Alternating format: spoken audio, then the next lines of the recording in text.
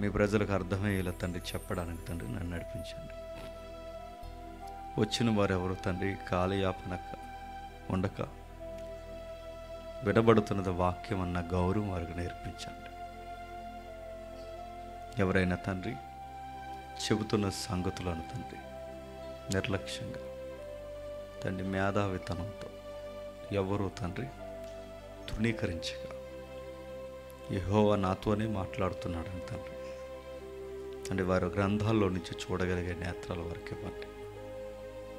ఈ సభల యొక్క ప్రయాస కష్టం ఒక్కరినైనా మార్చడానికి తండ్రి మీరు ఉపయోగిస్తారని అర్థిస్తున్నాం తండ్రి. ప్రత్యక్షంగా పరోక్షంగా వింటున్న అనేక మంది ఉన్నారు.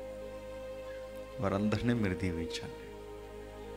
ముఖ్యంగా యవనస్తులతో మీరు మాట్లాడండి తండ్రి. వచ్చిన వారెవరో తండ్రి తండ్రి వాక్యాన్ని తండ్రి ఇక్కడే విడిచిపెట్టి వెళ్ళిపోక వారి కుటుంబాల వరకు వారు మోసుకుని వెళ్ళి వారి ప్రవర్తనలో వారి కుటుంబాల్లో తండ్రి ఈ వాక్యాన్ని కనపరుస్తారని కోరుతున్నాను తండ్రి. ఈ సభ కొరకు కష్టపడిన ప్రతి ఒక్క కష్టాన్ని ఎటువంటి నష్టాలు గుండా కాకుండా పరమందు ఇలలో వారికి ఫలములు దయచేస్తారని కోరుతూ తండ్రి పాటలు పాడిన గాయకుల్ని సంగీతకారుల్ని తండ్రి వేదిక మీద ఉన్న దైవజనుల్ని తండ్రి ఇక్కడ పరిసర ప్రాంతాల్లో సేవ చేస్తున్న ప్రతి ఒక్కరిని మీకు మీ చేతులకు అప్పగిస్తూ మమ్మల్ని మరింత ఆత్మీయంలో ఉజ్జీంపజేస్తారని అర్థిస్తూ క్రీస్తున్నాం నీ ప్రార్థన సమర్పిస్తున్నాం తండ్రి.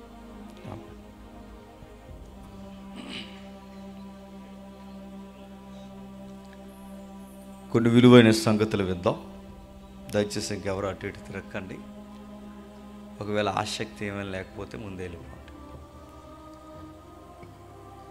మీరు జాగ్రత్తగా వినగలిగితే నేను ఎక్కువ టైం చెప్పగలను.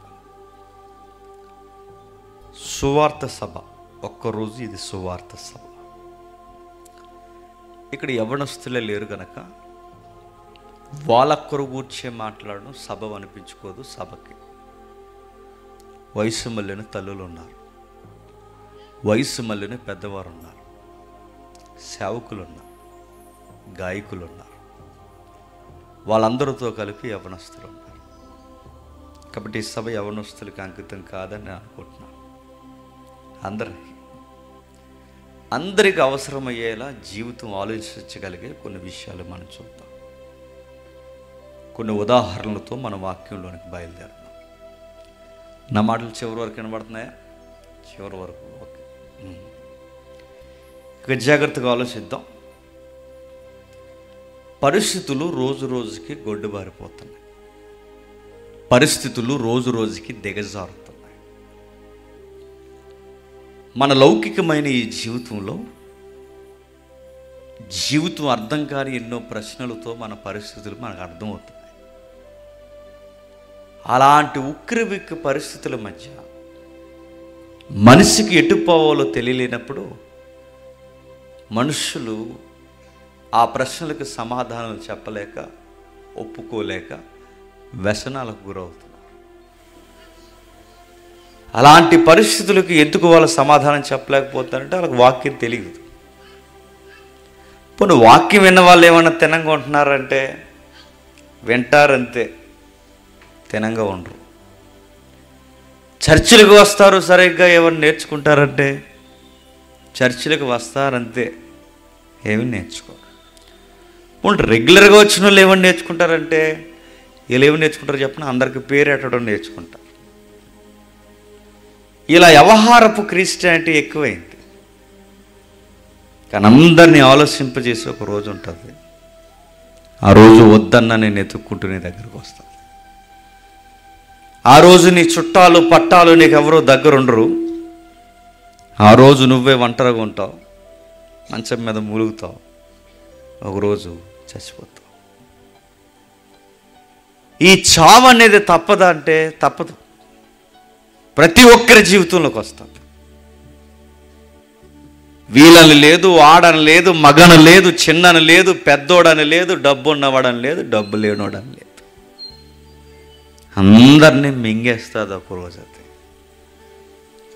అది మన జీవితంలోనికి తెలియకుండానే మన వెనక నీడలా తిరుగుతుంది. అది ఈ మాట నేను అనొచ్చు అనకూడదు నాకు తెలియదు, కానీ బిడ్డలకు పుట్టినరోజులు చేస్తాం, మనకి పుట్టినరోజులు చేశారు, ఎన్ని రోజులు చేస్తాం? ఒక ఫిగర్ వచ్చిన తర్వాత బర్త్డేలు ఆగిపోతాయి, చివరి రోజులు స్టార్ట్ అవుతాయి.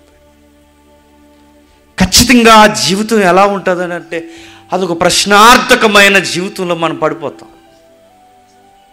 ఆ రోజు యవనస్తులకి యవన బలం ఉండదు, నడి వయస్సులకి వాళ్ళ ఆలోచన సరిపోదు, ఇక స్త్రీలకి గృహిణీలు కూడా ఉండదు, అన్నిటినీ మింగేసి ఒక రోజు వస్తుంది.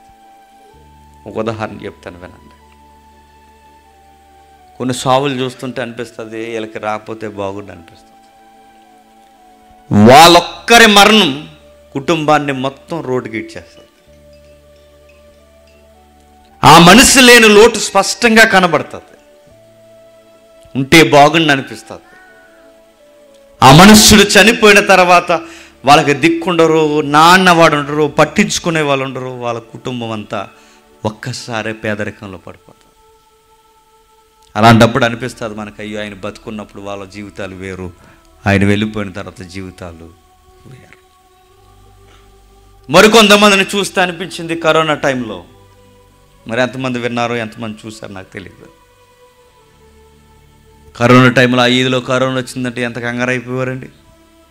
ముగ్గేసి కర్రలేసి కంగారేసేవారు. మాకు ఎవరైనా కరోనా వలన చచ్చిపోయారంటే ఎవరైనా కనీసం శవాన్ని మోయడానికి వచ్చేవారు? ఎవరైనా ఎవరు వచ్చేవారు కాదు. అలాంటి గొడ్డు పరిస్థితుల్లో ఒక వార్త ప్రపంచాన్ని ఆశ్చర్యంలో పడేస్తుంది.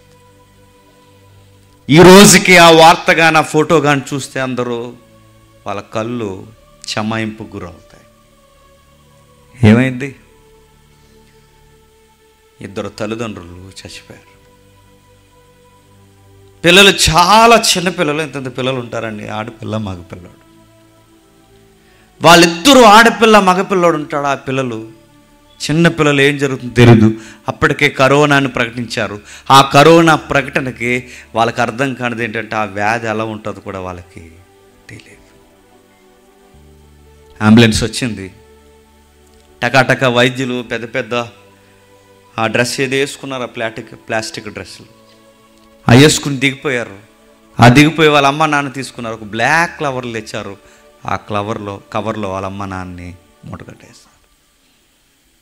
ఏం జరుగుతుందో తెలియదు, ఎందుకంటే ఆ వయసులో దాని పేరు చావని కూడా వాళ్ళకి అర్థమవుతుంది. వాళ్ళ అమ్మ నాన్న కోసం ఏ చుట్టం పట్టం ఎదురింటోడు ఎల్లయ్య పుల్లయ్య ఏడిస్తే వాళ్ళు ఏడుస్తున్నారు, ఏదో అయింది మా నాన్నకని అనుకుని ఏడుస్తారే తప్ప అప్పటి వరకు వాళ్ళకి ఏమి, ఎందుకంటే ఏడిసే వాళ్ళు కూడా ఎవరు చుట్టూ లేరు. చిన్నపిల్లలు అలా చూస్తున్నారు రోడ్డు మీద నిలబడి. అంబులెన్స్ వచ్చింది, వాళ్ళ చిన్న మొక్కలకి చిన్న చిన్న మాస్కులు పెట్టారు. ఆ మాస్కులు కట్టుకొని ఉన్నారు. అంబులెన్స్లో దిగారు, శవాలను మూటగట్టారు. శవాలని అంబులెన్స్లో తీసుకెళ్ళిపోతుంటే వాళ్ళ అమ్మ నాన్న ఎక్కడ తీసుకెళ్తున్నారు కూడా వాళ్ళకి తెలియదు. అలా నిలబడి అలా చూస్తున్నారు. ఆ ఫోటో చూసినప్పుడు ప్రపంచం ఆశ్చర్యపోయింది. కరోనాకి అస్సలు జాలి లేదని, ఈ మరణానికి అస్సలు జాలి లేదని. ఆ బిడ్డలందరూ ఇద్దరు అలా చూస్తున్నప్పుడు రేపు నుంచి వాళ్ళకి ఎవరు లేరు. రేపు నుంచి ఎవడైనా వాళ్ళ దగ్గరకు వస్తుంటే రారు, ఎందుకంటే వీళ్ళకి కానీ అంటుకుందేమని ఎవడు రాడు. శవాలు రెండు వెళ్ళిపోతున్నప్పుడు అంబులెన్స్ ముందు అమ్మ నాన్న తీసుకెళ్ళిపోతున్నారు, అమ్మ నాన్న అన్నట్టు చూస్తున్నారు. రేపు నుంచి ఆ బిడ్డలకు ఎవరు లేరు. అప్పుడు మనకు అనిపించే ఆశ ఏంటో తెలుసా? ఆ బిడ్డలకి ఇద్దరిలో ఒకరు బతుకున్న బాగున్న ఆ బిడ్డలకు తోడు అనిపిస్తుంది. ఆ బిడ్డలకు తోడు లేదు, తోడు వెళ్ళిపోయింది. మిమ్మల్ని అడుగుతున్నాను, మన ప్రియులు ఎవరైనా, మనకు సంబంధించిన వారు ఎవరైనా, మన కుటుంబీకులు ఎవరైనా చనిపోయి ఆ చనిపోయిన శవాన్ని ముందు పెడితే ఆ శవం ముందు కూర్చున్నప్పుడు మన ఆశ ఏంటి చెప్పండి? బతికితే బాగుండి అనిపిస్తుంది. ఒక్కసారి బతికితే బాగుండి అనిపిస్తుంది. బతుకుతారా? ఏడ్సి యాసారిపోయాలు ఉండిపోతాం. ఈ మధ్యకాలంలో ఎక్కువ యవనస్తులు చనిపోతున్నారు. మిస్ యూ అని ఫ్లెక్స్లు పెడుతున్నారు. చాలామంది చనిపోతున్నారు, వ్యసనాలకు గురై చనిపోతున్నారు, యాక్సిడెంట్లో చనిపోతున్నారు. తల్లిదండ్రుల చేత కాటికి చేర్చబడవలసిన వయసు కాని వయసులో వెళ్ళిపోతున్నారు. తల్లిదండ్రులు సాగనంపాల్సిన పిల్లలే తల్లిదండ్రుల చేత సాగనంపడుతున్నారు. మరణం చిన్నను చూడదు, పెద్దను చూడదు, అందరిని మింగేస్తుంది. ఆ మింగేసినప్పుడు మనుషులు అందరూ నిశ్శబ్దమైపోతారు.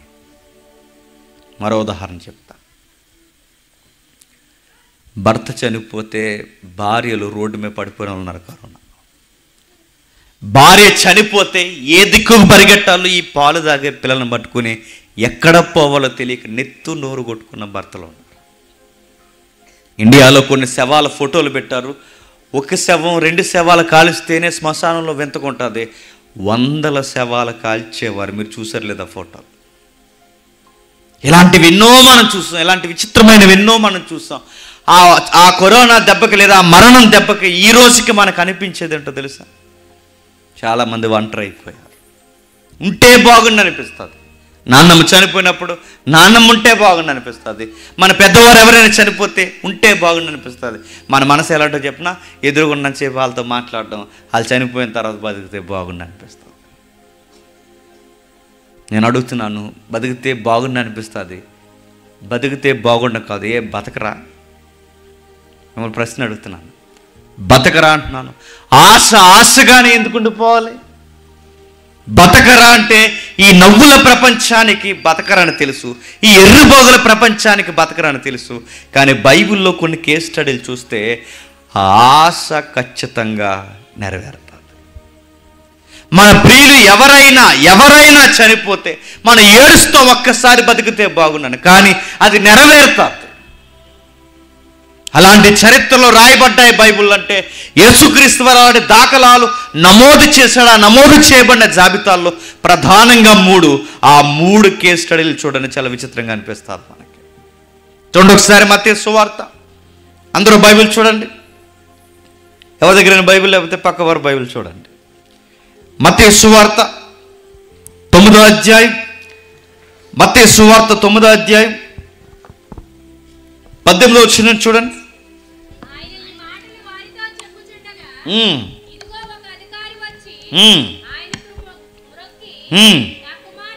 నా కుమార్తె ఇప్పుడే చనిపోయినది. సుపరిచితమైన సందర్భం, కానీ మన జీవితాలే కావలసిన సందర్భం. ఏం జరిగింది? ఒక పెద్ద ఆయన ఉన్నాడు. ఆ పెద్ద ఆయనకి ఒక గారాల కూతురు ఉంది. తన జీవితంలో ఎప్పుడు ఎక్స్పెక్ట్ చేయలేదు. తనకి మరణం వస్తుంది అనుకున్న వయసులో తన కూతురికి మరణం వచ్చింది. చిన్న వయసులోనే. చాలా పెద్ద మనిషి, పేరుంది, ప్రఖ్యాతులు ఉన్నాయి, పిలిస్తే పరిగెట్టే జనాలు ఉన్నారు. ఆయనకి ఎవరైనా వందనాలు చెప్పాల్సిందే. సంత వీధుల్లో వాళ్ళకి నిలబడినప్పుడు అదిగో ఆయన గౌరవించాల్సింది. చాలా పెద్ద మనిషి ఆయన. అలాంటి పెద్ద ఆయనకి లేకుండా ఒకే ఒక బిడ్డ, ఆడబిడ్డ చనిపోయింది. ఆ బిడ్డ యొక్క వయసు మిగిలిన వచనాలు మీరు తిరగా ఇంటికి వెళ్ళిన తర్వాత 12 సంవత్సరాల అమ్మాయి. 12 సంవత్సరాల అమ్మాయి అంటే ఎంత బాగుంటుందండి? చక్కగా ఉంటుంది. చక్క మన ఇంట్లో నడుస్తున్న అమ్మాయి సడన్గా చచ్చిపోయిందంటే ఎలా ఉంటుందండి? ఎందుకో మీరు గమనించండి, ప్రపంచంలో ఎక్కువ మనల్ని ప్రేమించేది ఎవరైనా ఉన్నారంటే అమ్మ నాన్నే గుర్తుపెట్టుకోండి.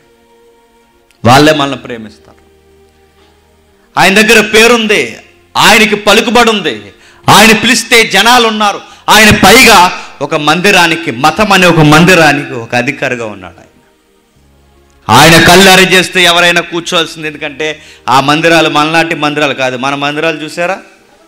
పాస్టర్ గారు ఇక్కడ వాకింగ్ చెప్తుంటాడు, చివరి కూర్చొని సెలవు నొక్కుంటూ ఉంటాడు. పాస్టర్ గారు ఇక్కడ వాకింగ్ చెప్తుంటారు, అలా తిరుగుతుంటారు, ఇలా తిరుగుతారు. మనకు భయం భక్తి ఉండదు. వాళ్ళ మందిరాలు వేరు, దాని పేరు సమాజ మందిరం. అక్కడ అందరూ ఒకేలా పాడాలి, అందరూ ఒకేలా ఉండాలి, అందరూ ఒకే భావంతో ఉండాలి. అందరూ వాక్యం చెప్తున్నప్పుడు ఆ వాక్యాలు వాళ్ళ దగ్గర ఉన్న గ్రంథాలు తీసి మరలా ధ్యానించాలి. చదివిన వాక్యాలే చదువుతారు, వినిన వాక్యాలే వింటారు. త్వర అంటే పాత నిబంధన పత్రికలు, గ్రంథాలు వారు తిరగేసుకుని పలుమార్లు వింటారు. అలాంటి మందిరానికి పెద్ద, ఆ మందిరానికి పెద్దగా ఉండాలంటే నీలాటోడు నాలాటోడు కాదు పెద్ద.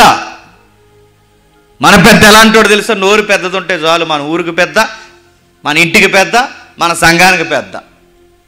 అక్కడ పెద్దలకు నోరు పెద్దది కాదు, మనసు పెద్దదై ఉండాలి, ప్రవర్తన మంచిదై ఉండాలి, వాళ్ళ యొక్క వాక్యపు అనుభవాలు కలిగి ఉండాలి. అలాంటి వారిని పెద్దలుగా పెడతారు.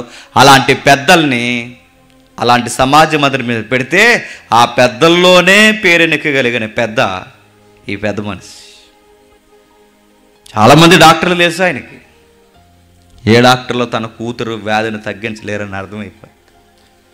ఆయన ఒక మతాన్ని అనుభవిస్తున్నాడు, ఆ మతాన్ని ఫాలో అవుతున్నాడు, ఆ మతం పట్ల ఎంతో విశ్వాసం కలిగి ఉన్నాడు. ఆ మతం కూడా ఆయన బతికించలేడని అర్థమైపోయింది.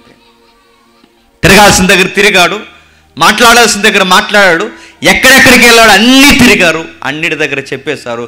ఆ మరణ వ్యాధిని మేము తీయలేమని అర్థమైపోయింది. ఎవరు చెప్పారో ఏంటో తెలియదు కానీ ఆయనకు ఒక వార్త పడేశారు చెవిలో. ఎవరి వలన మీ కూతురు బతకదు కానీ మీ వయసు వచ్చిన కూతురు నజరేయుడైన యేసు వలన బతుకుతుందని చెప్పారు. ఆయన వలన ఖచ్చితంగా జీవిస్తుంది. ఆయన జీవాధిపతి. ఆయన దగ్గరికి వెళ్ళండి, ఎలాంటి మరణ వ్యాధి అయినా తొలగిపోద్దన్నప్పుడు ఆయన మతాన్ని పక్కనెట్టాడు, ఆయన పెద్దరికాన్ని పక్కన పెట్టాడు, పరుగు పరుగుని వెళ్తున్నాడు. ఎక్కడున్నాడు? ఈ జీవాధిపతి వెళ్ళినప్పుడు ఎక్కడో మార్గం మధ్యలో మాట్లాడుకుంటూ తన శిష్యులకు దగ్గరగా ఉన్నాడని తెలుసుకున్నప్పుడు అక్కడికి వెళ్ళాడు.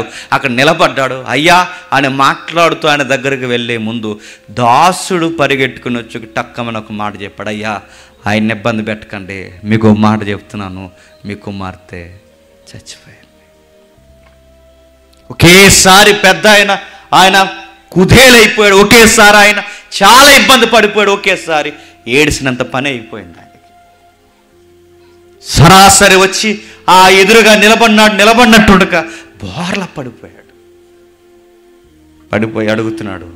ఆయన ఈ మాటలు వారితో చెప్పుచుండగా అధికారి వచ్చి మ్రొక్కి, నా కుమార్తె ఇప్పుడే, ఎందుకంటే నా దాసుడు వచ్చి ఇప్పుడే చెప్పాడు, చనిపోయినది, నీ వచ్చి నీ చెయ్యి ఆమె మీద ఉంచుము, ఆమె బ్రతుకునని చెప్పాడు.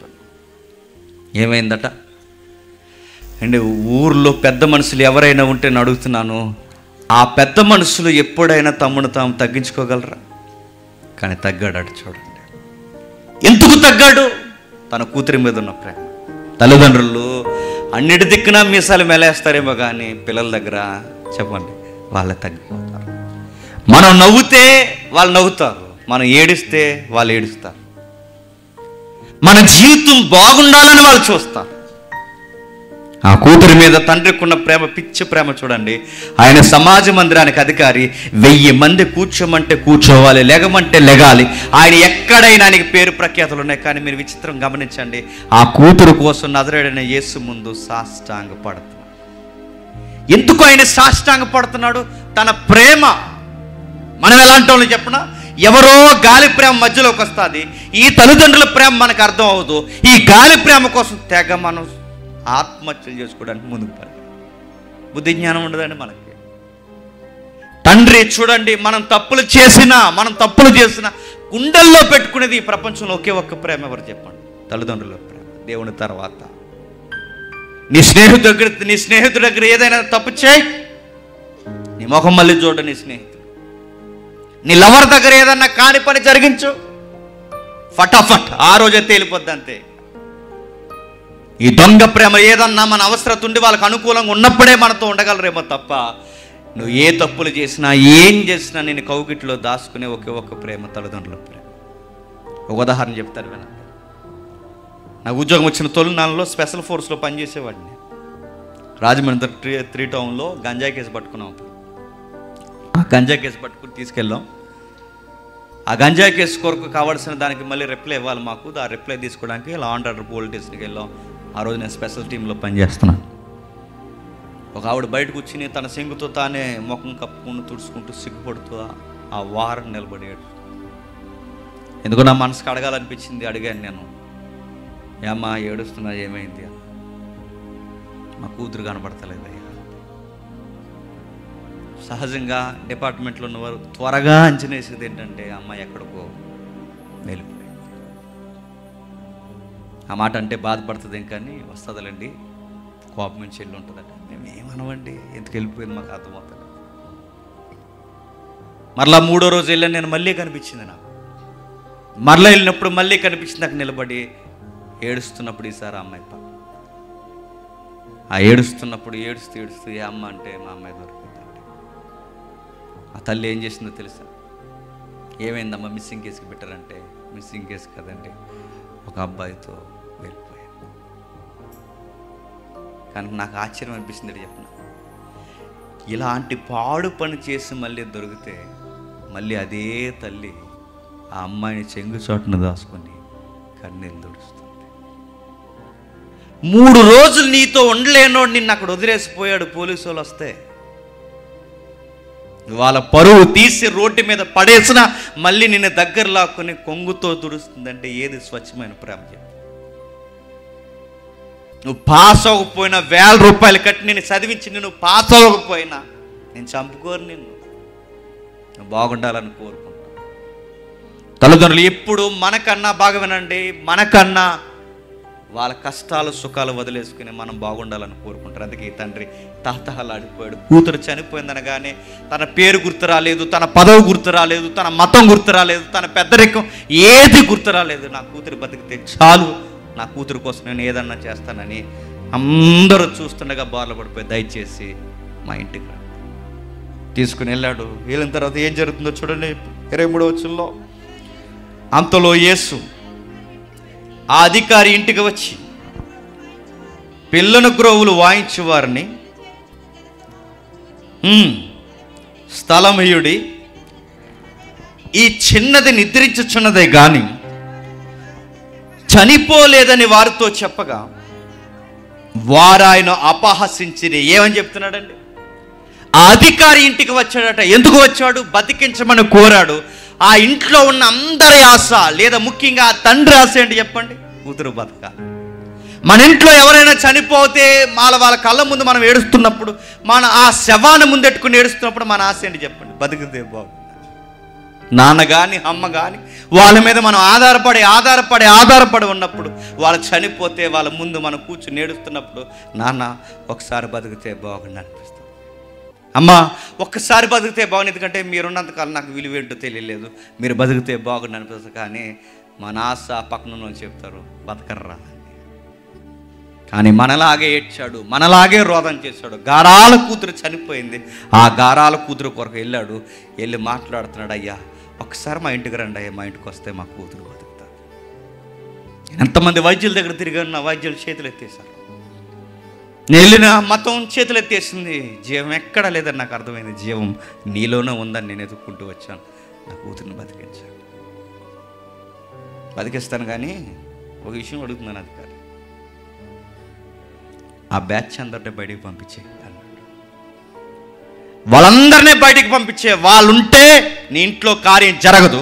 నేను రావాలి అంటే వాళ్ళు బయటికి పోవాలి. వాళ్ళుంటే నేనుండను, నేనుంటే వాళ్ళు ఉండడానికి వీల్లేదు. ఎవరాళ్ళు? అవిశ్వాసులు. ఎవరాళ్ళు? అపహాసకులు. ఎవరారు? దేవుని కార్యాలు కళ్ళతో చూడని చీడ పీడ లాంటి మనుష్యులు. మన ఇంట్లో కొన్నిసారి రోగాలు ఎందుకు పోవో తెలుసా? దరిద్రపు స్నేహితులు బంధువులు ఉంటారండి. మన ఇంట్లో కొన్నిసార్లు జవాబులు ఎందుకు రావో తెలుసా?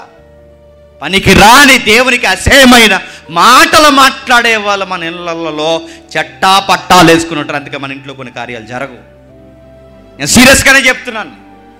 ఏదో కార్యక్రమం జరుగుతట, ఆ కార్యక్రమానికి 10 రోజులు ముందు వచ్చేస్తాడు. ఎవరు?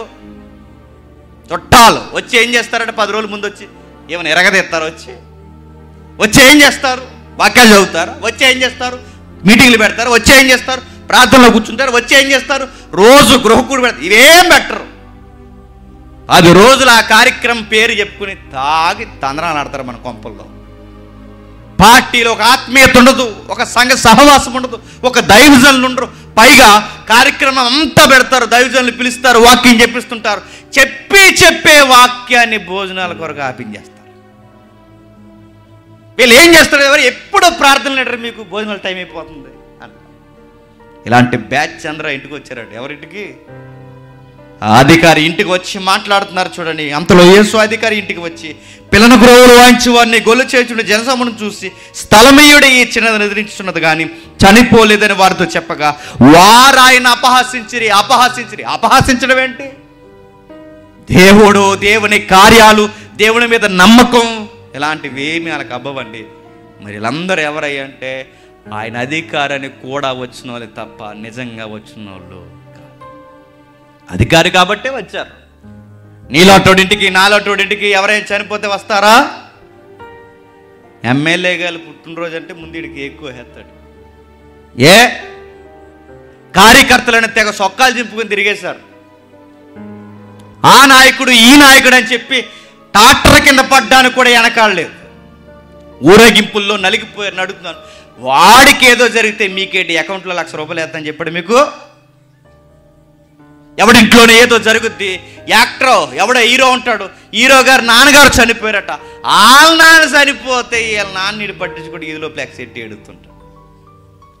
వాడికి ఎవడో కొడుకు పుడితే ఈడిక్కడ కేక్ కట్ చేస్తాడు. బుద్ధి జ్ఞానము.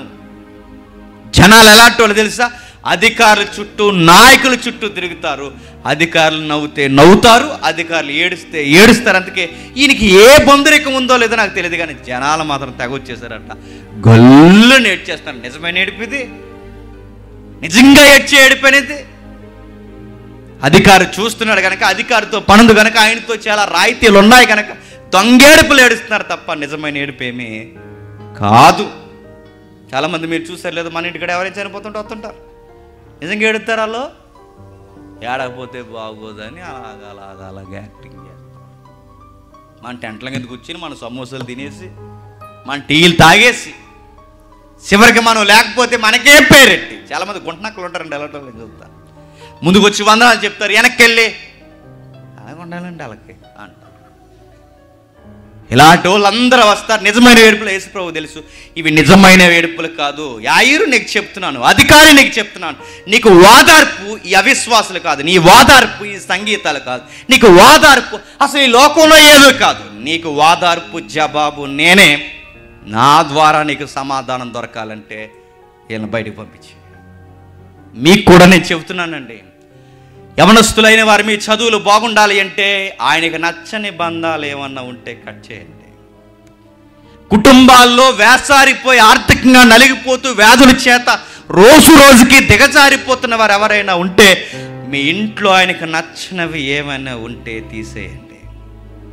మీ అలవాట్లు, మీ సీరియళ్ళు, మీ చెత్త, మీ సెదారం, ఆయనకి నచ్చని సంగీత వాతావరణాలు ఏమన్నా ఉంటే తీసేయండి. ఎందుకంటే నీ ఇంట్లో వ్యాధి, నీ ఇంట్లో బాధ, నీ ఇంట్లో మరణ ఘోష బయటికి పోవాలి అంటే ఆయన నీ ఇంటికి రావాలి. ఆయన నీ ఇంటికి రావాలి అంటే నీ ఇంట్లో ఉన్నవన్నీ బయటికి పోవాలి. అలా అయితే కానీ కార్యాలు జరగవు. అలాగైతే కానీ జవాబు ఇవ్వడు. ఆయన ఇవ్వడానికి ఇష్టపడ్డు. ఆయన చెప్పాడు, నువ్వు అధికారివి కావచ్చు కాక, కానీ నువ్వు నాకు అధికారివి కాదు. ఈ ప్రజలకు అధికారం కావచ్చు కాక, నువ్వు చెప్తే వీళ్ళనొచ్చు కాక. నేను చెప్తున్నాను, నేను చెప్తే నువ్వు వినాలి. నేను చెబుతున్న మాట పాటించు, వీళ్ళని బయటికి పంపించు. అధికారి మాట విన్నాడు, జనసమూహం అందరిని బయటికి పంపించేశాడు. చిన్నదాన్ని చేయి పట్టుకొని ఆ చిన్నది లేచను. ఈ వార్త ఆ దేశం అంతటా వ్యాపించింది. ఈ వార్త ఏమైందట? ఆ దేశం అంతటా వ్యాపించింది. చిన్నది లేచింది. చనిపోయిన అమ్మాయి లేవడం అంటే మాటలా? మిమ్మల్ని అడుగుతున్నాను, చనిపోయిన అమ్మాయి లేవడం అంటే మాటలా? ఆ రోజు ఆ వార్త ఆ దేశం అంతా పాకిందట. ఏమని పాకింది? ఆ అమ్మాయి బతికేసింది. అధికారి గారు అమ్మాయి బతికేసింది. మన ఆశ ఏదైతే మనం కోరుకున్నామో, మన ఇంట్లో ప్రియులు చనిపోతే బతికితే బాగుండని మనం ఏదైతే కోరుకున్నామో అది మన ఇళ్లలో నెరవేరలేదు. కానీ యేసు ప్రభు సశరీరుడుగా ఉన్నప్పుడు చాలామంది ఇళ్లల్లో మృతులను ఆయన బతికించేశాడు. శవం కళ్ళ ముందు ఉన్నప్పుడు ఇందాకే చనిపోయింది, ముందే చనిపోయింది. చనిపోయి అమ్మాయి లేచింది. కంగారైపోయారు అందరూ. దేశమంతా వార్త పాకిందంట, ఎలా బతికేస్తారు? బతికేసింది. చావు వార్తలు ఎలా ఉంటాయో నాకు తెలియదు, కానీ ఒక వార్త మాత్రం అలచల్ చేసింది. ఆ వార్త విన్నప్పుడు అందరూ కంగారైపోయారు. వార్తాపత్రికలు చదువుతారు ఇక్కడ? చదువుతాం, అలాంటివి పట్టించుకోరా? చదవండి. చచ్చిపోయింది అనుకున్నారు, తీసుకెళ్ళిపోయారు. ఇండియన్ ట్రెడిషన్లో లాస్ట్ పిడకెట్టేశారు. పెద్దదానికి, ముసలిదానికి లాస్ట్ పిడకెడతారు కదా, లాస్ట్ పిడక. ఆ పిడకెడుతున్నారు. ఆ పిడకెడుతున్నప్పుడు కాటికాపరి మనవాళ్ళు అక్కడే ఉన్నారు, కొడుకులు. సరిగ్గా పిడకెట్టే సమయానికి దొగ్గింది. పరార్. కాటికాపరి పరార్, మనవాళ్ళు పరార్. ఎవ్వడాగలేదు. లేచిలా కూర్చుని ఆగనరా, ఆగం, లేచిపోయి పెట్టే ఆగం అన్నారు. కాటి కాపర ఆగలేదు, మన వల్ల ఆగలేదు. చచ్చిపోయింది అనుకున్న ముసుళ్ళు లేచిపోయింది, కానీ అనుకున్నారు చచ్చిపోయిందని, కానీ నిజానికి చనిపోలేదు. వృద్ధురాలు కనుక ఊపిరుందో లేదో ఆ దేహానికి తెలియక చనిపోయింది అనుకున్నారు, అడ్డనుకుని తీసుకెళ్ళిపోయి అయిపోతుంది చివరి కార్యక్రమం అనుకుని లాస్ట్ పిడకెట్టేసరికి బతికేసింది. మెదిలింది, దొగ్గేసరికి పరారైపోయారు. వార్తల్లో వచ్చింది, చనిపోయారు అనుకుని తీసుకెళ్ళిన వృద్ధురాలు మళ్ళీ కదిలేసరికి భయాందోళనకు గురైన ప్రజలని వార్త వచ్చింది. కానీ విషయం గమనించండి, చనిపోయింది అనుకున్నది కదిలితేనే ఇంత కంగారైపోతే, నిజంగానే చనిపోయిన వాళ్ళు లేస్తే పిచ్చి ప్రపంచం అయిపోయింది. ఆ రోజు ప్రపంచం ఆశ్చర్యపోయింది, ఆ ప్రపంచం నివ్వెరపోయింది. ఆ ప్రపంచం వార్తంతా పాకిందట, ఆ మనుష్యుడు కుమార్తె బతికేసింది. ఇది మొదటి కేసు. రెండవ కేసు ఉంది చూడండి, లూకా సువార్త 7వ అధ్యాయం. లూకా సువార్త 7వ అధ్యాయం. లూకా సువార్త 7వ అధ్యాయం. సుమారు యేసుక్రీస్తు వారు బతికించిన వారి జాబితాలో 3 జాబితాలు ఉంటాయి. అందులో రెండవది, మొదటిది అధికారి కూతురు, రెండవది ఇదిగో ఒక వధవరాలు యొక్క కొడుకు. చదువు ఒకసారి 11వ వచనం నుండి.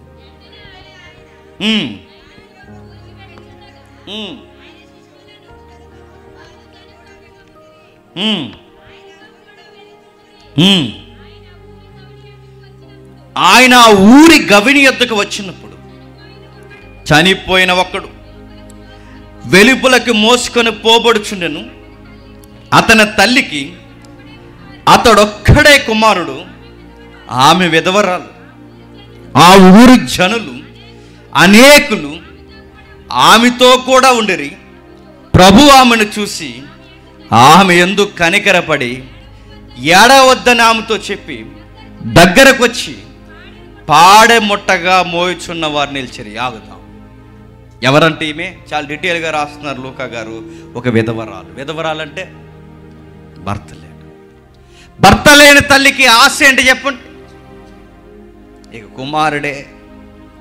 తాను భర్త లేకపోయిన ఎంతకాలం బ్రతుకుందంటే ఎవరిని చూసుకుని బతుకుతుందని చెప్పాను? బిడ్డలను చూసుకుని. యవనస్తులైన మీ అందరికీ నేను మాట జ్ఞాపకం చేస్తున్నాను, మీరు మాట జ్ఞాపకాల్లో పెట్టుకోండి. మీ తల్లిదండ్రులు సగ వయస్సు వరకు వాళ్ళ కోసం బతుకుతారు, మీరు పుట్టిన తర్వాత మీకోసం బతుకుతారు. మీకు జ్వరాలు వస్తే వాళ్ళు అల్లాడిపోతారు, మీకు ఏదైనా జరగకూడని జరిగితే ముందు వాళ్ళకి ప్రాణాలు పోయినట్టు. ఈ తల్లికి మీరు చూడండి, తన భర్త చనిపోయాడు, తాను కూడా ఎప్పుడు ఎవరో ఒకరు చూసుకుని వెళ్ళిపోవచ్చు. అలా చేయలేకపోయింది. తానైనా చనిపోవచ్చు, అలా చేయలేకపోయింది. ఆమె ఏం చేసిందో చూడండి. తన కొడుకుని కనిపెట్టుకుంటూ పెంచుకుంది. వయసుకు వచ్చినంత కొడుకుని పెంచుకుంది. మరి ఏం రోగం వచ్చిందో తెలియదు, ఆ యవనస్తుడు కూడా చచ్చిపోయాడు. బాధాకరమైన విషయం. ఏమని నేర్చుకుంటా చెప్పండి? పాడని తీసుకుని వెళ్ళిపోతున్నారు. ఆ పాడ అలా వెళ్ళిపోతుంటే ఏమని నేర్చుకుంటుంది ఒకసారి జ్ఞాపకం చేసుకోండి. ఇలా ఏడుస్తుంది. వెళ్ళిపోతున్నది పాడి కాదు, వెళ్ళిపోతున్నది నా భవిష్యత్తు వెళ్ళిపోతుంది. వెళ్ళిపోతున్నది శవం కాదు, వెళ్ళిపోతున్నది నా ఆశ, నా జీవితం వెళ్ళిపోతుంది. అందరూ ఊరుకోబెడుతున్నారు. పోనీలే అమ్మా, జరిగిందే జరిగిందంటే పోనీలే అంటే రేపు నుంచి నాకు ఎవరు ఉంటారు? మా ఆయన లేడు, నన్ను పట్టించుకునే వాళ్ళు ఎవరు లేరు, ఉన్న ఒక్కగానొక్క తోడు నా కొడుకు వెళ్ళిపోతున్నాడు. చాలా మంది ఊరి జనులు అనేకులు ఆమెతో కూడా ఉండి, ఆమెతో పాటు ఉండి ఏడుస్తున్నారట. నేను అడుగుతున్నాను, ఎన్ని రోజులు ఉంటారు? ఆమెతో పాటు ఉన్నారట, ఎన్ని రోజులు ఉంటారు అడుగుతున్నాను. ఎన్ని రోజులు ఉంటారు వీళ్ళు? ఉంటారా? దిన కార్యక్రమానికి వస్తారు, ఎవరైనా చనిపోతే వస్తారు. అక్కడ ఎన్ని పనికిమాలిన సాంప్రదాయాలు ఉంటాయి చూడండి. వస్తారు, ఆ గోతి కార్యక్రమం అవుతుంది. కనీసం ఆ బాధపడుతున్న వాళ్ళ దగ్గరికి వెళ్ళి వెళ్తున్నామని ఏమైనా చెప్తారా? చెప్పకూడదంట. అక్కడే కాలు గడిగేసుకుంటారంట. అక్కడి నుంచి అంటే అటు నుంచి అటు వెళ్ళిపోతారట. ఎందుకు చెప్పరట? చెప్పకూడదట. మూఢ సాంప్రదాయాలు. ఇంకా బాధల్లో ఆ ఏడుస్తున్న వాళ్ళు అడుగుతారు, ఏరి మామయ్య ఏడి, పెదనాన్న ఏడంటే వెళ్ళిపోయారు. అలా వెళ్ళిపోయారంటే చెప్పకూడదని వెళ్ళిపోయారు. యేసుప్రభు వారికి తెలుసు, వీళ్ళు ఏడుస్తున్నారు. ఒకరోజు ఉంటారు, 2 రోజులు కలిసి ఉంటారు, 3 రోజులు ఉంటారు. వీళ్ళు ఎన్ని రోజులు ఈమెకు తోడుంటారు చెప్ప? 3వ రోజు అయిపోతే ఎవరికి వాళ్ళే వెళ్ళిపోతారు. ఆ రోజు ఎవరుంటారు చెప్పండి? ఆ మొక్కరితే ఉంటారు. యేసుప్రభు తన బాధను గమనించాడు. అమ్మా, నువ్వు ఏడవద్దు, నేను విషయం చెప్తున్నాను, నీ కొడుకు బతికితే బాగున్నాను నీ ఆశను నేను నెరవేరుస్తాను. ఆ తండ్రి కూతురు బతికితే బాగున్న ఆశ అక్కడ నెరవేర్చాడు మత్తయి సువార్తలో. ఇక్కడ ఈ తల్లి కొడుకు బతికితే బాగున్న ఈ తల్లి ఆశ నెరవేరుస్తాడు. పాడిని ముట్టాడు, ముట్టిన వెంటనే మోయిచున్న వారు ఆగిపోయారు. చిన్నవాడ లెమ్మని చెప్పగానే ఆ చిన్నవాడు లేచాడు. ప్రజలందరూ ఆశ్చర్యపోయారు. పాళ్ళు లేచిపోవడం ఏంటండి? మీకు ఎలా ఉందో ఈ వార్తలు చదువుకుంటే అక్షరాల్లో ఉంది, కానీ ఆ రోజు మనం బతుకుంటే మనం ఆశ్చర్యపోయే 2 రోజులు జ్వరం వచ్చేది మనకి. పాడి మోస్తున్నప్పుడు పాడి మీద ఉన్నోళ్ళు లేచిపోయాడు అనుకోండి, ఇలా మోస్తున్నాం అనుకోండి, పాడి మీద ఉన్నోళ్ళు లేచి ఆపండి అన్నాడు అనుకోండి, ఏం చేస్తామండి? కంగారు అయిపోతారు. ఇంకా పాడి మోస్తున్న వాళ్ళు కంగారు అయిపోయారు, చూస్తున్న వాళ్ళకి కంగారు అయిపోయారు, అందరూ ఆశ్చర్యపోయారు. ఏమిటి వింతంటే నజరేయుడైన యేసుడు మనుషులను బతికించేస్తున్నాడు. మనుషుల బాధల్ని తన మీద వేసుకుంటున్నాడు. వాళ్ళ కళ్ళల్లో నుంచి ఈయన చూడటం ప్రారంభిస్తున్నాడు. ప్రతి గుండెల్లో ఏ దుఃఖం ఉందో చూశాడు. ఆ బిడ్డ చనిపోతున్నప్పుడు ఆ పెద్ద ఆయన హృదయం ఎంత విలవల్లాడిపోతుందో చూశాడు. ఈ కుమారుడు చనిపోతున్నప్పుడు ఆ తల్లి హృదయం ఎంత విలవల్లాడిపోతుందో చూశాడు. చూసిన వాడు కలగజేసుకుని ఆ బిడ్డని బతికించేశాడు. మళ్ళీ ఈ వార్త దేశమంతటా, చుట్టుపట్ల ఉన్న ప్రదేశములంతటా వ్యాపించిందట. బతికేశాడు. సుమారు ఇలా బతికించిన వారి తరగతులు లేదా ఇలాంటి బతికించిన వారి యొక్క పరిస్థితులు 3 సందర్భాలు జరుగుతాయి. ఒకటి అధికారి కూతురు, 2 ఈ విధవరాళ్ళు కుమారుడు, 3వది చూడండి ఒకసారి యోహాను సువార్త 11వ అధ్యాయం. యోహాను సువార్త 11వ అధ్యాయం. యోహాను సువార్త 11వ అధ్యాయం 41వ వచనం చూద్దాం. యేసు కన్నుల పైకెత్తి, తండ్రి, నీవు నా మనవి వినినందున నీకు నేను కృతజ్ఞతాస్తుతులు చెల్లించుచున్నాను. నీవు ఎల్లప్పుడూ నా మనవి వినుచున్నావని నేను ఎరుగుదును గాని నీవు నన్ను పంపితివని చుట్టూ నిలిచి ఉన్న ఈ జనసమూహం నమ్మినట్లు వారి నిమిత్తమై ఈ మాట చెప్పి తిని. అలాగు చెప్పి లాజరు బయటికి రమ్మని బిగ్గరగా చెప్పగా చనిపోయిన వాడు కాళ్ళు చేతులు ప్రేత వస్త్రములతో కట్టబడిన వాడై వెలుపలికి వచ్చెను. అతని ముఖమునకు రుమాలు కట్టి ఉండెను. అంతటా యేసు, మీరు అతని కట్లు విప్పిపోయాడని వారితో చెప్పును. ఆగుదాం, జాగ్రత్తగా వినండి. ఏం చెబుతున్నాడండి? ఏమని రాస్తున్నాడు చూడండి. ఇక్కడ చనిపోయిన మరొక యవనస్తుడు ఎవరండి? లాజరు గారు. లాజరు గారు ఎందుకు చనిపోయారో తెలియదు. అక్కడ చనిపోయినప్పుడు గంటల వ్యవధిలో ఆ కుమార్తెను లేపేశాడు. అక్కడ చనిపోయినప్పుడు పూట వ్యవధిలో ఆ కుమారుణ్ణి లేపేశాడు. ఇప్పుడు చనిపోయిన వాడు గంటలు కాదు, రోజులు కాదు, 4 రోజుల తర్వాత లేస్తాడు. ఒక మాటలో చెప్పాలంటే చచ్చిపోయిన శవాన్ని బతికించాడు. కుళ్ళిపోయిన శవాన్ని బతికిస్తున్నాడు. 4 రోజులు అయిపోయిన శవాన్ని బతికిస్తున్నాడు. 4 రోజులు శవం ఎలా బతుకుతుందండి? ఈ బాడీని మీరు గమనిస్తున్నారా? సోప్స్ రాస్తాం, స్ప్రేలు కొడతాం, చాలా మెయింటైన్ చేస్తాం. దీనికి ఉండే దరిద్రం ఏంటి చెప్పినా, సరిగ్గా 10 గంటలు దాటడం మొదలెట్టిందో 12వ గంట నుంచి పూర్తిగా ఆకారం మారిపోతుంది. మనం వచ్చినంత వాసన ఏ జంతువు రాదండి. మనకు వచ్చినంత దరిద్రపు వాసన దేని దగ్గర రాదండి, గుర్తుపెట్టుకోండి. తెగ మురిసిపోతుంటాం మనం అద్దం ముందు నిలబడి. నువ్వు ఎంత మురిసిపోయినా ఒక్కసారి ఊపిరాగిందో 12 గంటల తర్వాత నీకు అంత దరిద్రం గొప్ప ఇంకెక్కడ రాదు. బాడీ 12 గంటలకి ఎక్స్పోజ్ అయిపోద్ది, ఎక్స్పైర్ అయిపోతుంది, చూడలేము. చాలా భీకర దయ్యపు రూపం వచ్చేస్తుంది. కొన్నిసార్లు కుళ్ళిపోయిన బాడీలు వస్తాయి స్టేషన్కి. అదే ఈ నీటిలోకి అది దూకుతారుగా, ఆ నీటిలో దూకుని సాగు చాలా ఘోరంగా ఉంటుందండి. ఇలా బాడీ నట్టుకుంటే ఇలా దూదూరుకున్నట్టు ఊడిపోతుంటుంది. ఎందుకంటే నీటిలో త్వరగా పాడవుతుంది దేహం. అలా అంతకన్నా ఘోరంగా కుళ్ళిపోయింది. వాళ్ళ సిస్టర్స్ అంటున్నారు, అయ్యా మా తమ్ముడు దేహం వాసన వస్తుంది. యేసుప్రభు అన్నాడు, శవాలకు జీవాన్ని ఇవ్వలేను అనుకుంటున్నారా మేరీ? మీరు అలా చూడండి, లాజరు బయటికి రానగానే కుళ్ళిపోయిన దేహం ఏమైందట, బయటకు వచ్చింది. లాజరు బయటికి అనగానే బయటకు వచ్చాడు. లాజరు అని ఎందుకన్నాడు? లాజరు బయటికి రాని ఎందుకన్నాడు? లాజరు అని పేరు పెట్టి ఆ మాట బయటికి రాని అనకపోతే, ఒక సువార్తికుడు, ఒక వ్యాఖ్యానకర్త ఏమన్నాడు తెలుసా? లాజరు అని అనకపోతే, లాజరు గారు ఊరు బేతనియ్య, ఆ ఊర్లో శవాల దెబ్బలు ఎక్కువ, ఆ దెబ్బలున్న ఏరియాలో సమాధి కార్యక్రమాలు ఎక్కువ. అక్కడ లాజరు బయటికి రాని అనకపోతే, బయటికి రా అంటే చచ్చిపోయిన వాళ్ళందరూ బయటకు వచ్చేద్దరంట. చనిపోయిన వాళ్ళందరూ బయటకు వచ్చేదారు. అంటే చనిపోయిన వాళ్ళందరూ బయటికి రాకూడదని ఖచ్చితంగా పేరు చెప్తున్నాడు. లాజరు మాత్రమే అన్నట్టుగా, లాజరు బయటికి రా.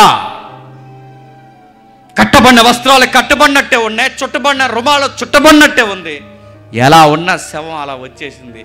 వచ్చేసినోడు చూసి ఆశ్చర్యపోయారు. 4 రోజుల క్రితం చనిపోయినోడు రావడం ఏంటండి? మీకు ఎలా ఉందో నాకు తెలియదు, కానీ నిన్న మొన్న చచ్చిపోయినాడు దినభోజనాలకి ఈడ వచ్చేసాడు అనుకోండి, ఎలా ఉంటుందండి? సాంబారే అన్నాడు అనుకోండి, ఎలా ఉంటుందండి? సాంబార్ ఉండదు, బకెట్ ఉండదు, వడ్డించేవాడు ఉండరు, పాస్టర్ గారు ఉండరు. ఉంటారా?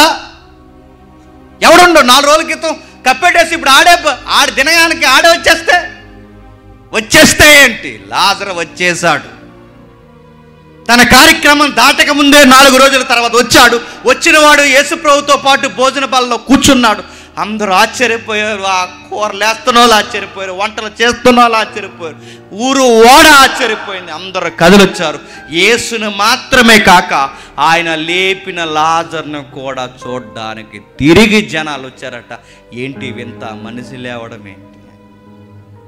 ఆశ్చర్యంగా చూసారంటే ఇవన్నీ చదువుతుంటే మనకేమర్థం అవుతుంది?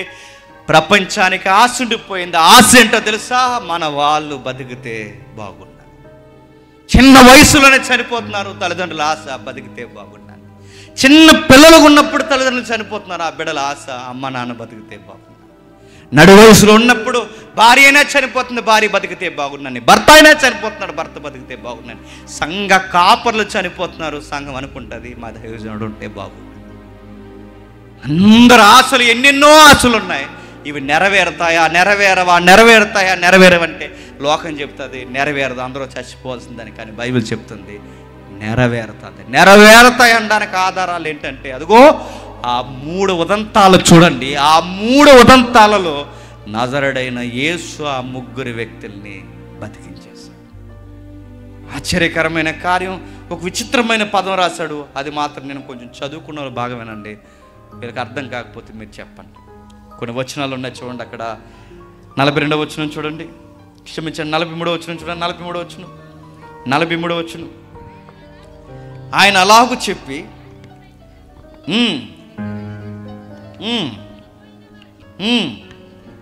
కాళ్ళు చేతులు ప్రేత వస్త్రములతో కట్టబడిన వాడై ఎలుపలకి వచ్చాను. అతని ముఖానికి రుమాల కట్టబడి ఉండెను. అంతటా యేసు ఇతని కట్లు ఇప్పిపోయాడని చెప్పాను. నేను అడుగుతున్నాను, ఆ పేత వస్త్రం అంటే ఏంటి? ఆ ముఖానికి రుమాలంటే ఏంటి? అంటే యూదుల అంత్యక్రియలు జరుగుతున్నప్పుడు వాళ్ళకి విచిత్రమైన పేత వస్త్రం కడతారు.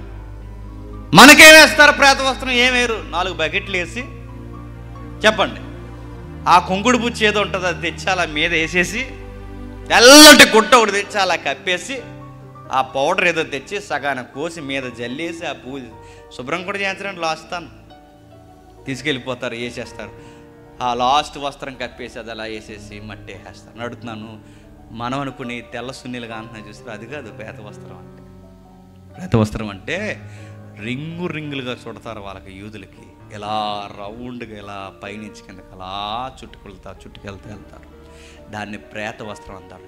ఎందుకు అలా చుడతారంటే వాళ్ళ బాడీ పాడవకూడదని చుడతారు. యాకోబు గారు చనిపోయిన ఉదంతం తెలుసు కదండి. యాకోబు చనిపోతే యోసేపు ఎన్ని రోజులు ఏడుస్తాడండి దేశంలో ఉండి? 70 రోజులు. 70 రోజుల లోపు సుమారు 40-70 రోజులు ఐగుప్తీలో ఉన్న వైద్యుల చేత ఆయన ఏం చేస్తాడో తెలుసా? వాళ్ళ నాన్నగారికి ఈ ప్రేత వస్త్రం చుట్టిస్తుంటాడు. ప్రేత వస్త్రం అంటే ఈ పొర చుడుతున్నప్పుడు ఆ పొరల మధ్య కొన్ని సుగంధ ద్రవ్యాలు చొప్పిస్తారు. ఆ సుగంధ ద్రవ్యాలు ఏం చేస్తాయి అంటే బాడీని పాడవు. అందుకే చూడండి, ఎప్పుడో చనిపోయిన ఐగుప్తిలో చనిపోయిన ఫరో దేహం 3000 సంవత్సరాల క్రితం దేహం ఇప్పుడు దొరుకుతుంది. మన దేహం 3 రోజుల తర్వాత వెళ్ళి చూడండి, దొరకదు, ఇంకా చూడలేము. పురుగులు, బద్ది పురుగులు తప్ప ఇంకేం కనబడదు. వాళ్ళు ఇప్పుడు దేహాలు ఇప్పుడు కనబడుతున్నాయి. ఎలా కనబడుతున్నాయి? వాళ్ళ దగ్గర టెక్నాలజీ ఉంది, అది యూదులకు కూడా తెలుసు. వాళ్ళ శవం ఎప్పటికే డస్ట్బిన్ జరగకుండా ఆ సుగంధ ద్రవ్యాలు పూసి గట్టిగా బిగించేస్తారు, ఆ బాడీకి మళ్ళీ పురుగు పట్టకుండా. అలాంటి దాన్ని, అది ఎలా ఉంటుందంటే ఎండిపోయిన తర్వాత ఆ వస్త్రం గట్టిగా అయిపోద్ది. మీకు అర్థం కావాలంటే మన చెయ్యి ఇరిగిపోయిన తర్వాత సిమెంట్ కొట్లు వేస్తారు చూసారా, ఆ సిమెంట్ కొట్టు వేసిన తర్వాత మీరు కొట్టు చూడండి, వేసినప్పుడు మెత్తగా ఉంటుంది. అలా నొక్కితే ఎండిపోయాక అది ఇచ్చేవడానికి గుద్ది అంటే అడిగి ఇరిగిపోద్ది, అంత గట్టిగా అయిపోద్ది. సేమ్ అలాగే అలాంటి ప్రేత వస్త్రం చూస్తారు, అంత గట్టిగా అయిపోద్ది. అలా గట్టిగా అయిపోయిన ఆ శవాన్ని బయటికి రానగానే వచ్చిందట. ఎవరో వెళ్ళి తీసుకురాలేదండి లాజర్ని, లాజరే సమాధిలోంచి బయటికి వచ్చేసాడు. గమ్మత్తైన సంగతి రాస్తున్నాడు యోహాను గారు, ఆయన వస్త్రాలు ఆయనతో.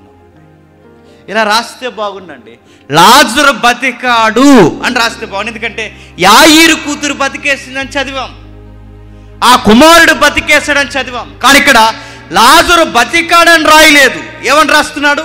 లాజరు బతికినప్పుడు లాజరుతో పాటు తన వస్త్రాలు తనతోనే ఉన్నాయని రాస్తున్నాడు. ఎందుకు అలా రాస్తున్నాడు? శాస్త్రం ఉంది అక్కడ, సైన్స్ ఉంది అక్కడ, ఈ ప్రపంచాన్ని ముక్కి మీద ఏలేసుకునే ఒక లోతైన అధ్యాయం ఉంది అక్కడ. అందుకే చదువుకున్న మీరు వినండి, యవనస్తులు అర్థం కాకపోతే వాళ్ళకి చెప్పండి. ఏముంది అక్కడ? సైన్స్ ఏముంది, ఏముందో అర్థం కావాలి అంటే 20వ అధ్యాయంకి రండి. ఇదే సువార్త 20వ అధ్యాయం, యోహాను సువార్త 20వ అధ్యాయం 7వ వచనం చదవండి.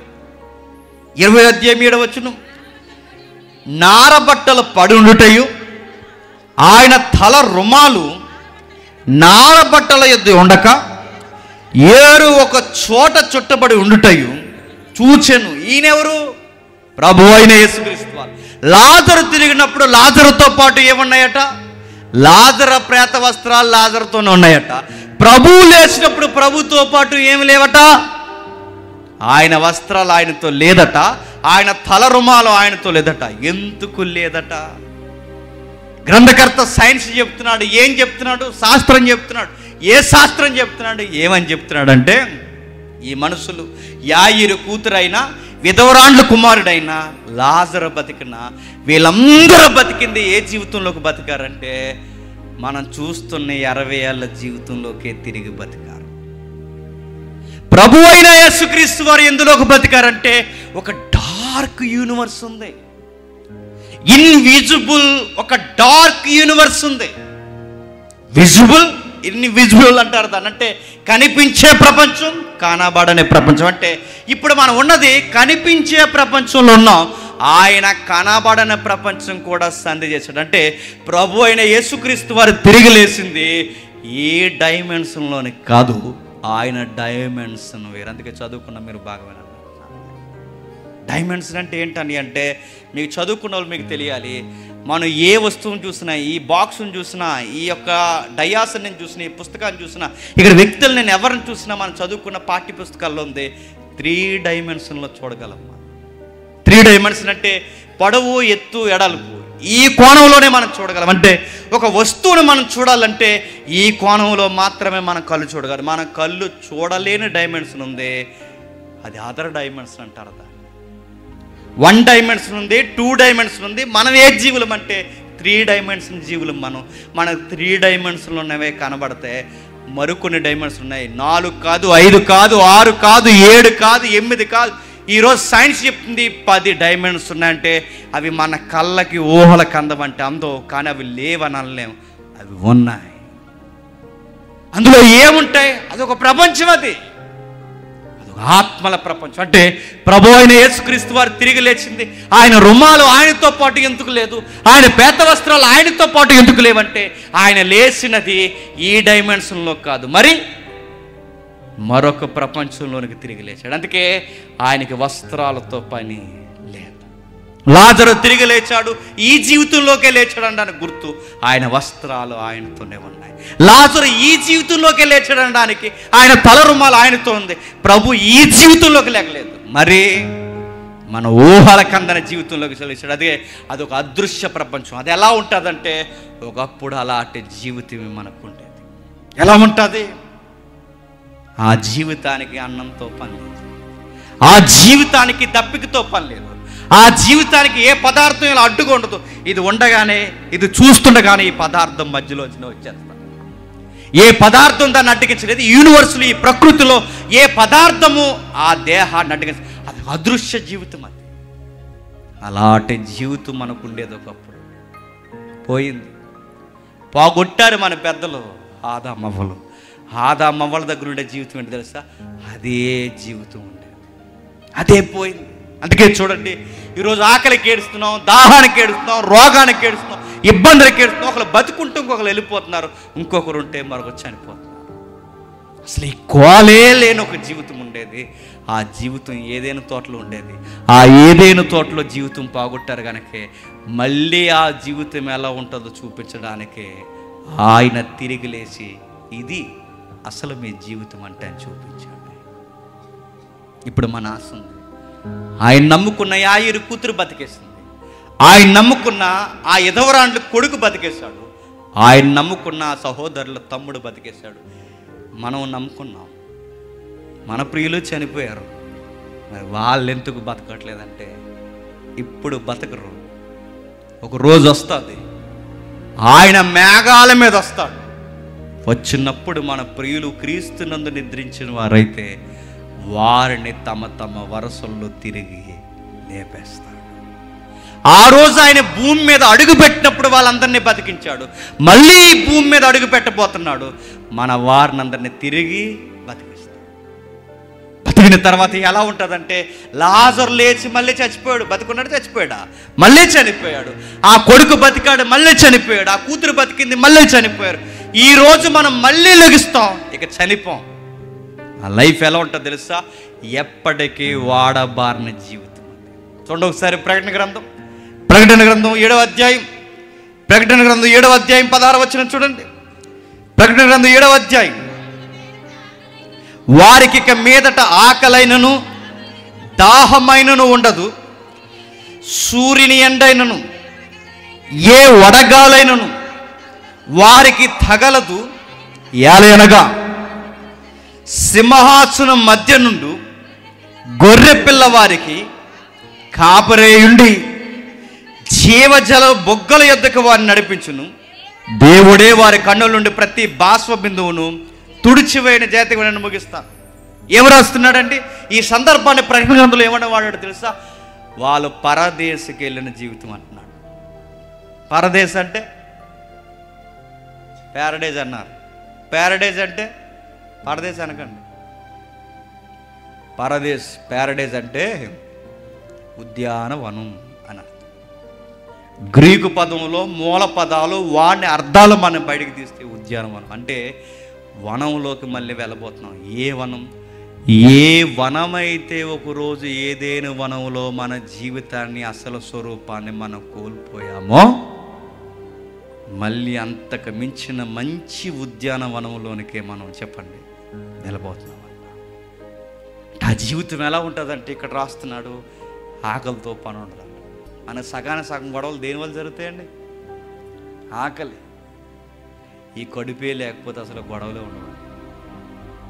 ఆకలితోనే పని లేదు, ఆకలితోనే పని లేదు. అంటే ఈ ప్రపంచానికి ఏదైతే అతిపెద్ద ప్రాబ్లమో ఆకలే లేదు, దాహం లేదు, రోగాలు లేవు, అసలు సూర్యుడితో వెలుగుతో గొడవే లేదు. ఎండకి ఎండిపోతామన్న భయం లేదు, వానకి తడిసిపోతామన్న భయం లేదు, చలికి ఏదో అయిపోతాం. మరి అక్కడ ఎలా జీవిస్తామంటే దేవుడే వెలుగు, ఆ వెలుగులో నిత్యం జీవిస్తాం. ఇలాగే బతికేవారు ఆదామవ్వలు. ప్రతి సంధ్యవేళ దేవుడు వచ్చేవాడు, వాళ్ళతో మాట్లాడేవారు.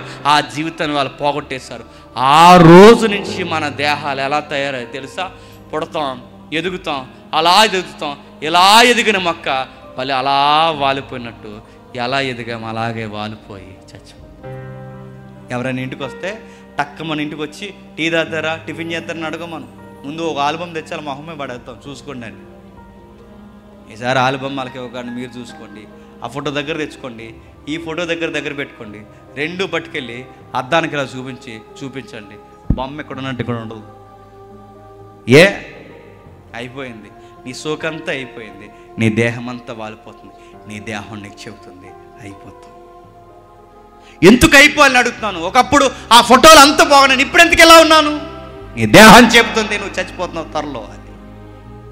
నీ దేహం అవయవాలు ప్రతి చెప్తుంది నీకు తెల్ల వెంట్రుకలు వస్తున్నాయంటే నువ్వు గుర్తుపెట్టుకో, నీ వెంట్రుక చచ్చిపోతుంది. నీ కళ్ళ కింద గుంటలు పడుతున్నాయంటే గుర్తుపెట్టుకో, నీ దేహం వాలిపోతుంది. నీ కండరాలు లూజ్ అయ్యి కనీసం గ్లాసు కూడా నువ్వు సరిగ్గా పట్టుకోలేకపోతున్నావు అంటే గుర్తుపెట్టుకో, నీ కండరాలు చచ్చిపోతుంది. నీకు అప్పుడు ఏం తిన్న అరిగేది, ఇప్పుడు ఏం అరగట్లేదంటే నీ జీర్ణ వ్యవస్థ చచ్చిపోయింది.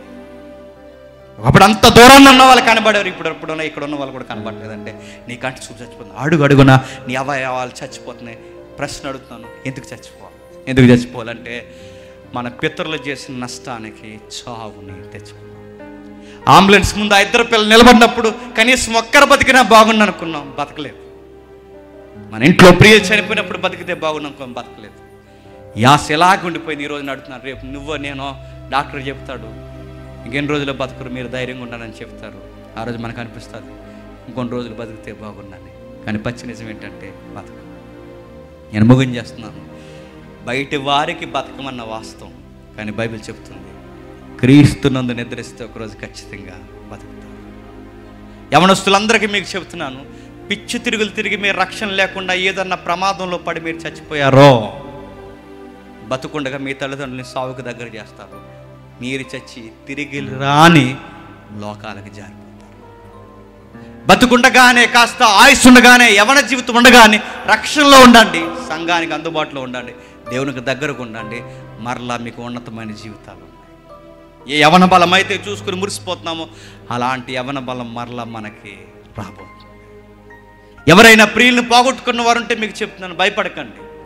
దశలోనికి పత్రికలలో సెలవిచ్చాడు, నిరీక్షణ లేని వారు ఇతరులు, నిరీక్షణ లేని ఇతరుల వలె మనం దుఃఖపడకూడదు. ఎందుకంటే మనం ఎలా ఉండాలో తెలుసా? మన నిరీక్షణ కలిగిన వాళ్ళు మనము తిరిగి లేస్తాం, మన ప్రియులు తిరిగి లేస్తాం. అక్కడ ఒక రమ్యమైన మాట రాస్తాడు. ఆ మాట ఏంటో తెలుసా? యేసుప్రభు మేఘాల మీద వస్తాడట. వస్తూ ఉన్నప్పుడు ఆయన ఒక్కడే రాడట. ఆ వస్తున్నప్పుడు మనకన్నా ముందు నిద్రించిన వారిని కూడా ఎంట పెట్టుకుని వస్తాడు. అంటే ఈ రెండు కళ్ళు ఆ రోజు తిరిగి లేచినప్పుడు ఆయన్నే చూడవు, చెప్పండి, మన ప్రియులను కూడా పక్కన చూస్తే వాళ్ళు కూడా వస్తారు. సువార్త సభ నెట్టరుగా గుడ్ న్యూస్ ఏంటి చెప్పిన, మనందరం చచ్చిపోతాం, మళ్ళీ ఒకరోజు తిరిగి లేస్తాం. ఇదే దేవుడిచ్చిన మనకి గుడ్ న్యూస్. గుర్తుపెట్టు, ఇదే దేవుడు మనకిచ్చిన శుభవార్త, సువార్త. మనం కోల్పోయిన జీవితాన్ని మరలా మనకు తీసి ఇచ్చే సువార్త. ఆ రోజు అందరూ ఒక పాట పాడతాం. ఆ పాట ఏంటి తెలుసా? ఇప్పటి నుంచే నేర్చుకోండి.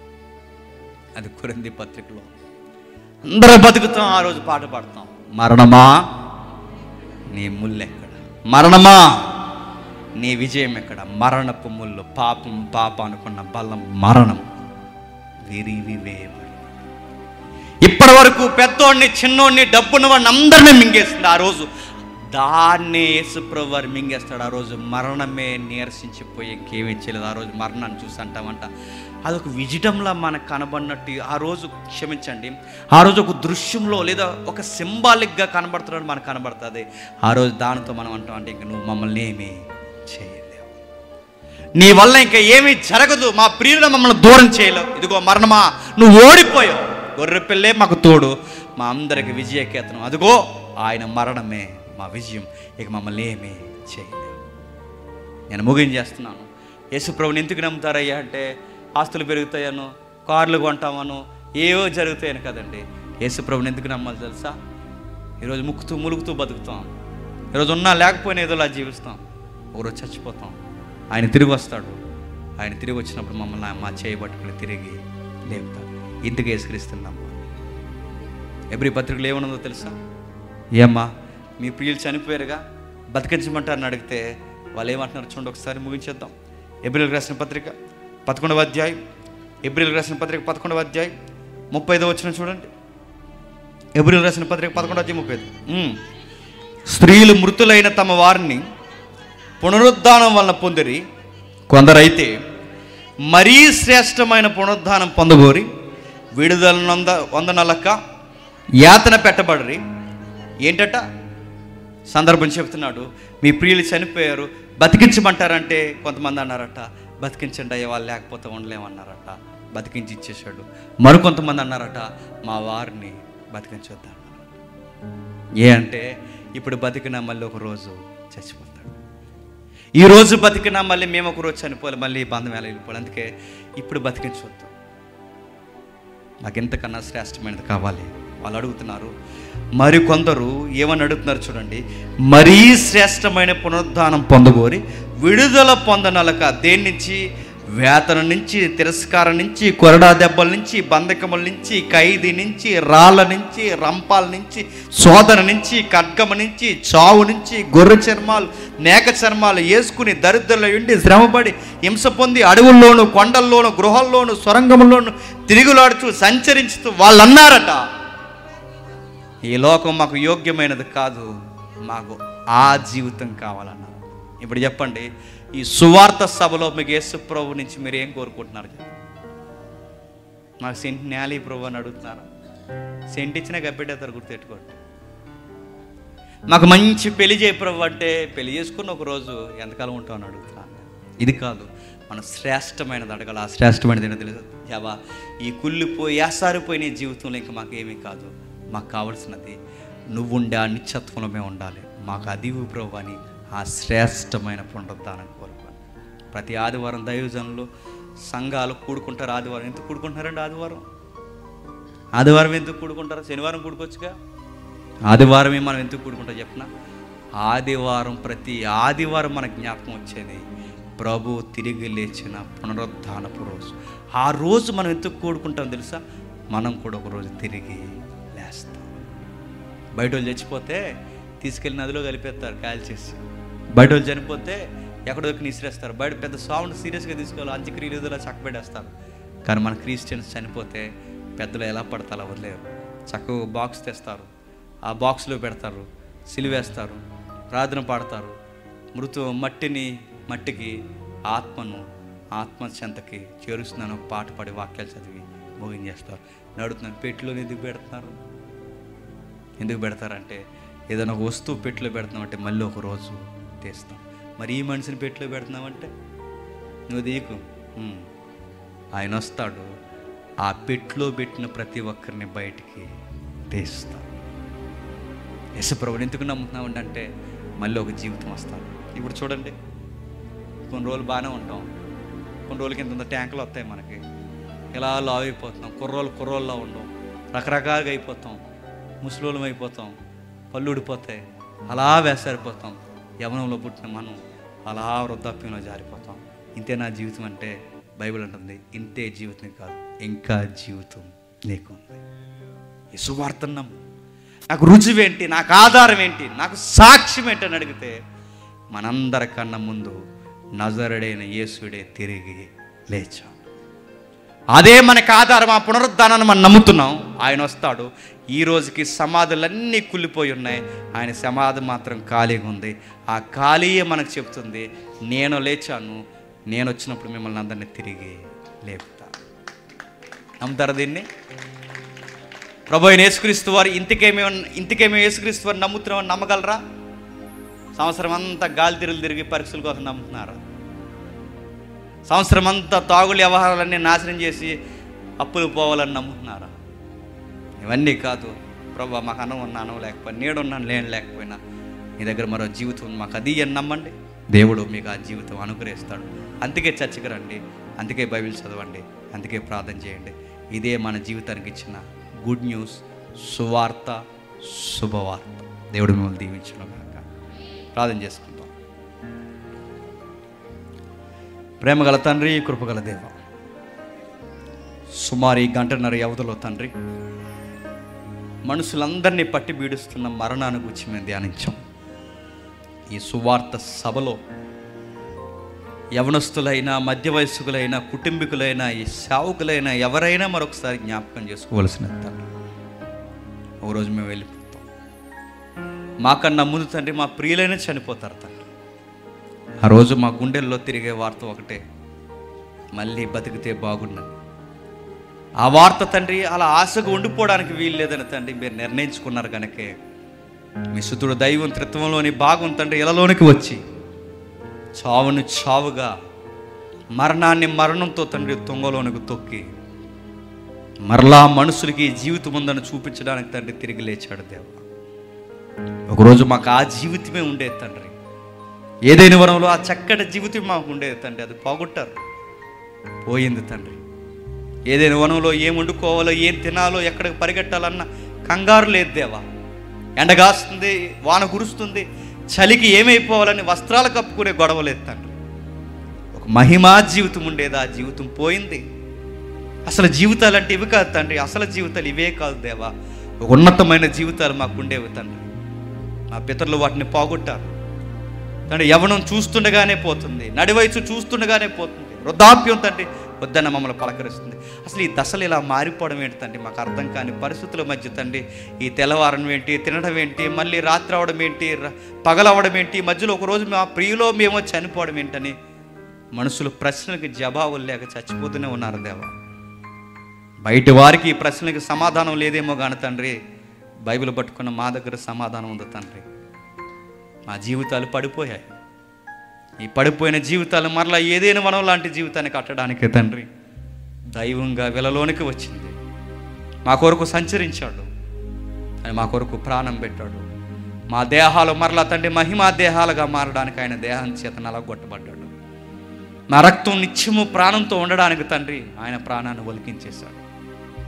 మా జీవితాలు తండ్రి ఎప్పుడు నిత్యత్వంతో నిలబడాలని ఆవిరైపోయే తండ్రి అనంతమైన జీవితం నుంచి మట్టి లోకానికి వచ్చాడు. మా కొరకు మరణించాడు, తిరిగి లేచాడు. ఆదివారం తండ్రి ఒక ముద్రగా మా మధ్య వదిలి వెళ్ళిపోయాడు. ఇదే మాకు శుభవార్త. ఈ శుభవార్తను మేము విన్నాం. మా జీవితాల్లో తండ్రి మరలా మేము ధ్యానిస్తాం.